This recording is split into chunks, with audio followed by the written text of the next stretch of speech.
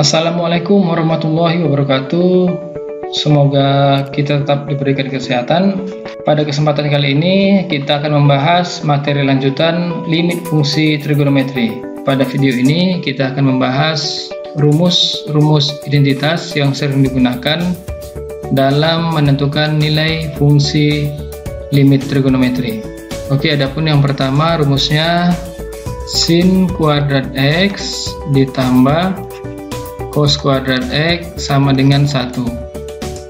Yang perlu diingat ini sin kuadrat X itu artinya sin X pangkat 2 ya, atau sin X dikali sin X. Ini tidak sama dengan sin X kuadrat. Ini sudutnya yang dikuadratkan. Kalau ini fungsinya, fungsi sin X nya.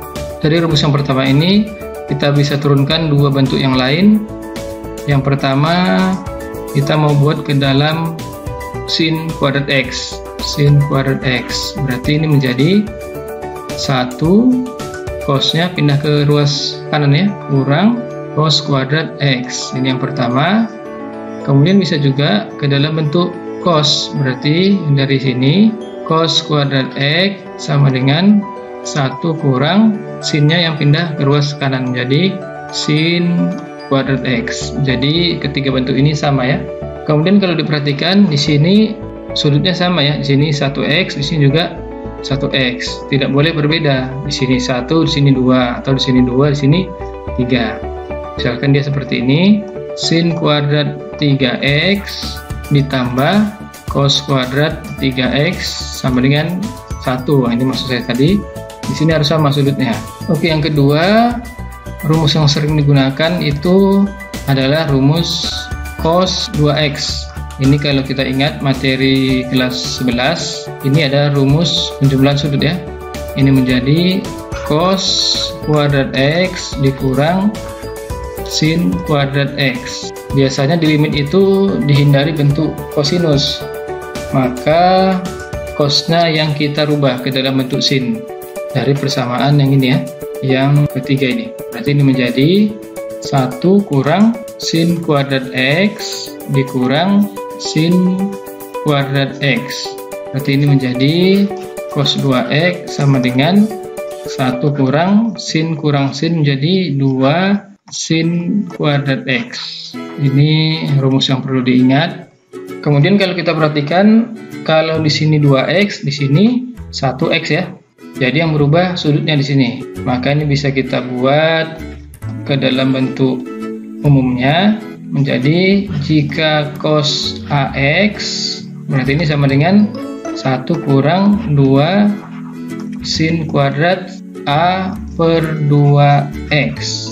Contohnya itu misalkan cos 6X berarti ini menjadi 1 kurang 2 sin kuadrat 6 bagi 2 ya, di sini 3x. Ataupun contoh yang lain misalkan cos 10x berarti ini menjadi 1 kurang 2 sin kuadrat berapa nih ya, 5x. 10 bagi 2 5x ya.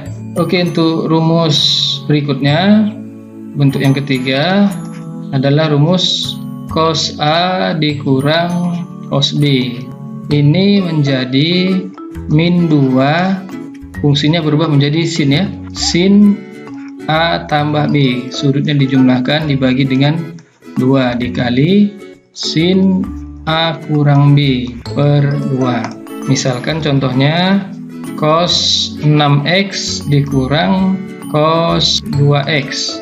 Maka ini menjadi min 2 dikali sin, sudutnya dijumlahkan 6 tambah 2, 8 dibagi 2, 4x dikali sin dikurangkan sudutnya 6 kurang 2, 4 bagi 2, 2x. Inilah contoh penggunaan rumusnya. Oke, biar lebih paham kita lanjut saja ke contoh soalnya. Ini ada soal ujian nasional tahun 2016. Tentukan nilai limit fungsi 1 kurang cos 4x per tangen 2x kuadrat ya. X nya menuju atau mendekati 0.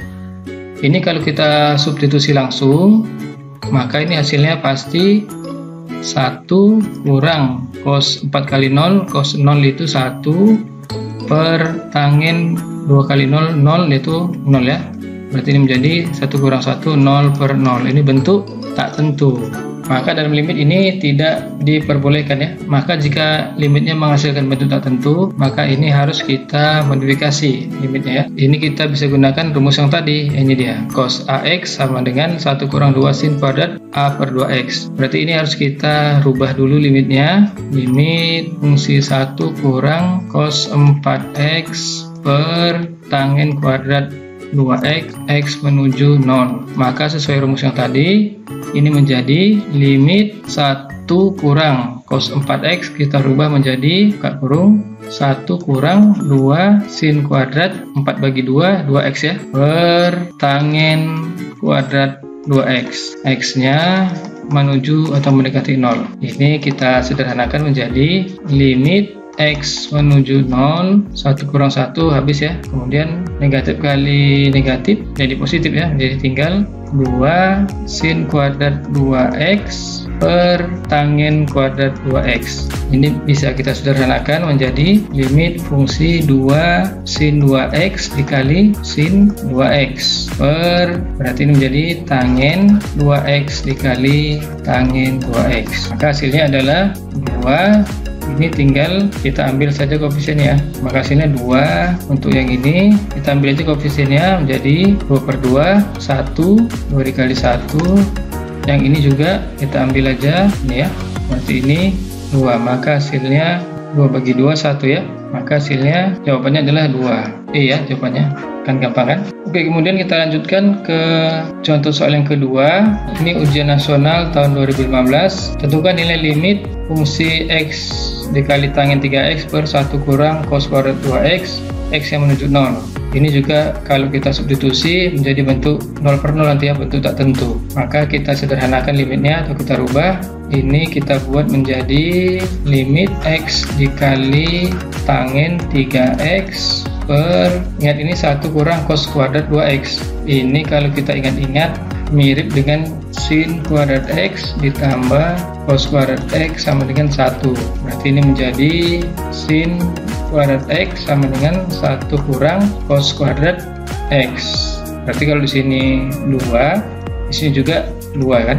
Maka ini sama juga dengan bentuk sin kuadrat 2x. Ini limitnya tadi x menuju 0. Jadi tinggal gampang ya. Maka ini hasilnya limit x dikali tangin 3x per sin kuadrat 2x, artinya sin 2x dikali sin 2x.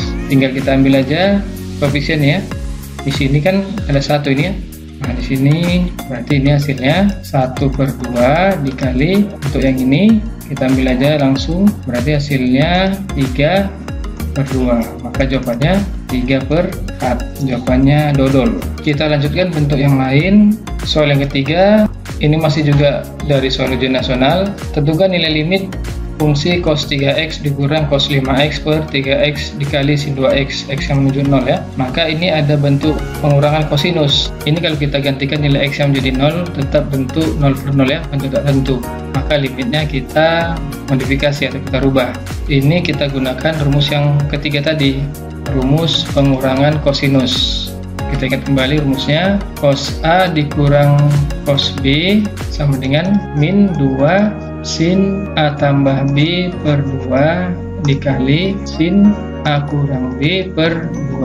Berarti ini fungsi limitnya berubah menjadi ini ya, ini A nya, ini B nya, berarti min 2 sin 3 tambah 5 8 per 2, berarti 4x dikali sin 3 kurang 5 min 2 bagi 2 ya, min 1x per 3x dikali sin 2x. Maka hasilnya menjadi berarti min 2 dikali, ini kita ambil aja langsung 4 per 3 dikali, ini juga langsung kita ambil min 1 per 2. Kalau kita sederhanakan menjadi, ini selesai ya. Berarti jawabannya negatif jumlah negatif positif 4 per 3. Jawabannya B ya. Kita lanjut ke soal berikutnya. Tentukan nilai limit tangin 2x dikali cos 8x dikurang tangin 2x per 16x pangkat 3. Ini jelas kalau kita ganti nilai x-nya menjadi 0, menjadi bentuk 0 per 0 ini ya. Maka ini kita rubah menjadi limit. Lihat di sini ini ada bentuk dua suku pengurangan. Di sini ada tangin 2x, di sini ada tangin 2x. Kita keluarkan tangin 2x-nya, tangin 2x ini menjadi cos 8x dikurang 1 ini ya. Bisa kan cara memfaktorkannya, ini x-nya menuju 0 per 16x pangkat 3. Karena kalau dikalikan ke dalam, fungsinya tetap sama ya dengan soalnya. Ini kita buat menjadi limit x menuju 0 tangin 2x. Nah ini cos 8x kita rubah. Jadi di limit ini kalau dia bentuk pengurangan bukan perkalian, kita usahakan cosnya ini tidak ada bentuk cosnya. Ini kita buat menjadi cos 8x. Ingat rumusnya menjadi 1 kurang 2 sin kuadrat 8 bagi 2 4x ya. Rumusnya tadi diingat, dikurang 1 per 16x pangkat 3. Jadi menjadi limit x menuju 0 tangin 2x. Ini 1 kurang 1 0 ya. Tinggallah min, ini kali ya, min 2 sin kuadrat 4x per 16x pangkat 3. Berarti ini menjadi limit x menuju 0 tangin 2x dikali sin kuadrat 4x, artinya min 2 dikali sin 4x dikali sin 4x per, ini bisa kita pecah menjadi 16x dikali x dikali x, kan sama kan hasilnya 16x pangkat 3. Tinggal kita, saya pindah kemari ya, tinggal kita buat hasilnya. Maka ini menjadi 2 per 16 dikali, ini ada min 2 di sini, min 2 dikali 4 per 1 dikali 4 per 1. Berarti ini 4 kali 4 15, coret tinggal min 4. Berarti jawabannya A. Oke, demikianlah penjelasan untuk video kali ini. Mudah-mudahan dapat dipahami. Kalaupun belum jelas, belum paham, bisa bertanya di kolom komentar ya. Saya akhiri dengan wabillahi taufiq wal hidayah. Assalamualaikum warahmatullahi wabarakatuh. Tetap semangat belajar.